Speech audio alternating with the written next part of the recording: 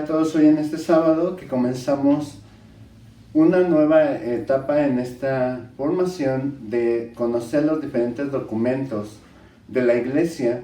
Precisamente la semana pasada celebrábamos a uno de los grandes papas que ha comenzado pues toda esta revolución en la formación y en el crecimiento de la Iglesia. Y me refiero a San Juan XXIII. Por eso este Papa nos va a ayudar a ir entendiendo cómo se fue dando este proceso de la Iglesia.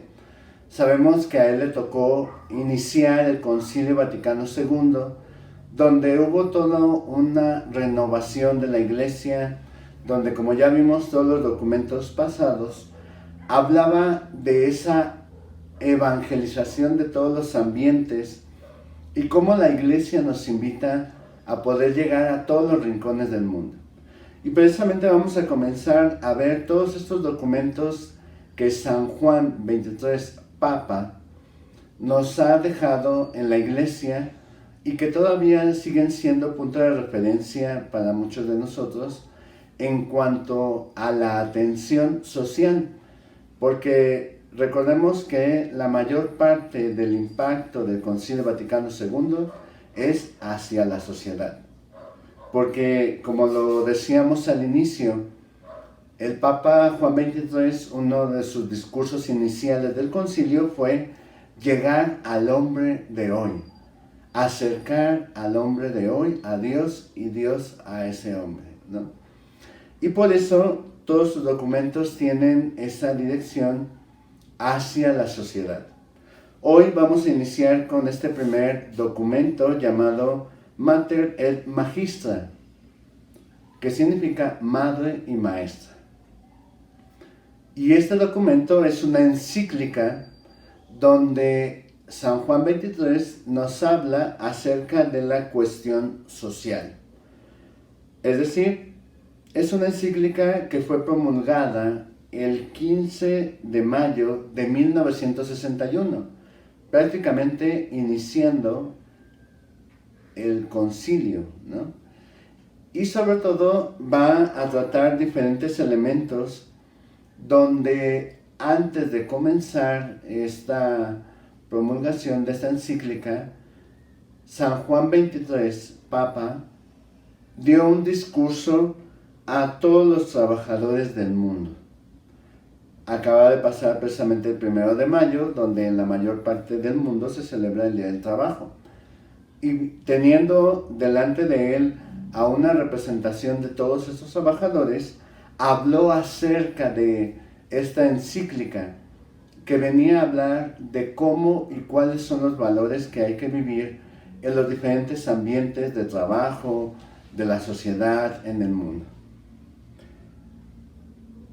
Sobre todo también es un documento que va dirigido en diferentes formas para poder entender cómo ve Dios la sociedad, el mundo, estos ambientes y cuáles son los valores a vivir y transmitir en estos lugares.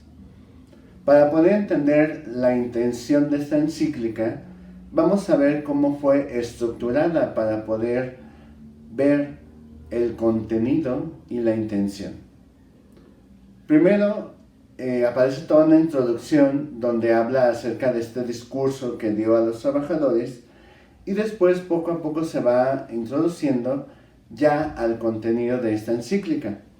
El primer capítulo habla acerca de las enseñanzas de los documentos anteriores que se habían dado a lo largo de Pío XI, Pío XII, y que también hablaban acerca de la cuestión social. Estos documentos, por ejemplo, hacen referencia a la Rerum Novarum, a Quadragesimum Annum, y también a un documento o exhortación llamado la Socialitas, ¿no? Que era un documento que habla acerca de los motivos de por qué realizar esta encíclica, ¿no? Entonces, todos estos documentos, si los leemos, nos hablan acerca de toda esa cuestión social y cómo la iglesia tiene una respuesta para estas realidades de trabajo, de esfuerzo humano, de todo lo que se realiza en bien de la sociedad.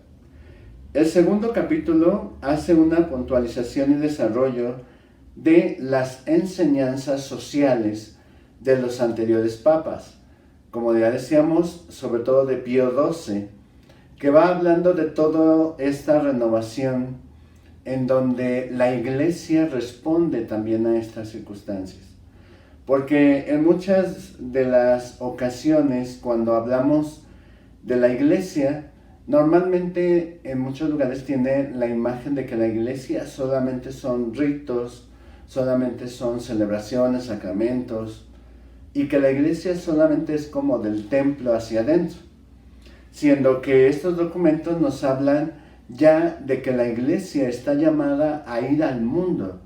Recordemos los diferentes pasajes evangélicos de Marcos, de Mateo, donde Jesús dice, vayan y evangelicen al mundo, vayan y hagan discípulos de todas las gentes, porque precisamente es ahí donde la palabra de Dios tiene que llegar. También dentro de este punto, el Papa Juan XXIII habla de cómo ya la iglesia había tratado anteriormente con estos papas estos elementos de cuestión social. El tercer capítulo habla acerca de aspectos recientes más importantes de la cuestión social. Sabemos, como ya lo hemos comentado en otra ocasión, todos esos cambios históricos y todas esas realidades que se dieron en los años 60 en el mundo. Recordemos que habían pasado ya estas dos guerras mundiales, habían pasado pues toda esta situación de los campos de concentración y todas estas muertes que se realizaron en ellos. Había pasado también ese crecimiento de la ciencia y el desarrollo de la industria. Y ante todos esos cambios sociales, también la iglesia tenía mucho que decir ante todos estos cambios. Es decir, cómo afrontar desde la experiencia de fe todos estos cambios e iluminarlos bajo los valores del Evangelio. Y todo esto lo va realizando en este capítulo 3, donde habla acerca de cómo la iglesia también sabe de estos temas y cómo poderlos acompañar.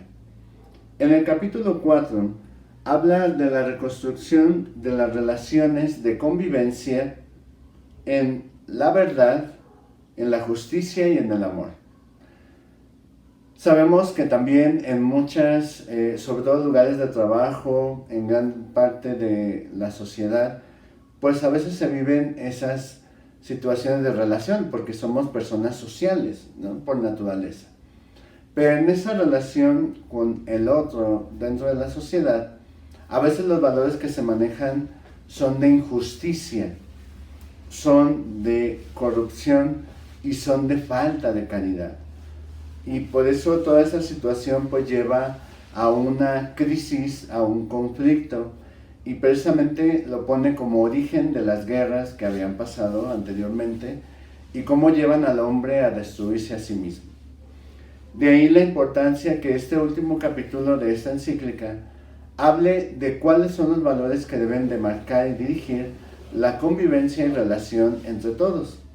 Pone como primero la verdad, porque sabemos que en muchas situaciones son la mentira o la corrupción la que marcan esas relaciones y que van creando esos conflictos. Por eso pone que la verdad siempre sea el elemento principal de toda relación. El segundo elemento, la justicia, porque como nos dirá también la Sagrada Escritura y en varias partes, sobre todo del Levítico, Eclesiástico, también los Evangelios, los Hechos de los Apóstoles y las cartas de San Pablo, hablarán de esa justicia de parte de aquellos que son los gobernantes, los jefes o los guías, con respecto a sus trabajadores. Y por eso pone que siempre la justicia debe de estar presente en la relación de los que son los patrones con sus trabajadores o los que están al frente y que tienen una autoridad con los que están subordinados a ellos. Y el tercer elemento que habla es el amor. El amor no como una cuestión sentimental, sino el amor como un signo de caridad y de ayuda mutua en la relación de estas realidades en la sociedad. Por eso esta encíclica nos ayuda ya a entender hacia dónde va el magisterio de San Juan XXIII, que sobre todo es responder ante estas situaciones sociales. Ya iremos viendo también todos los demás documentos que él mismo dejó y realizó para poder encontrar en ellos esa palabra de parte de la Iglesia a la sociedad de hoy. Gracias y que Dios les bendiga. En el nombre del Padre, del Hijo y del Espíritu Santo.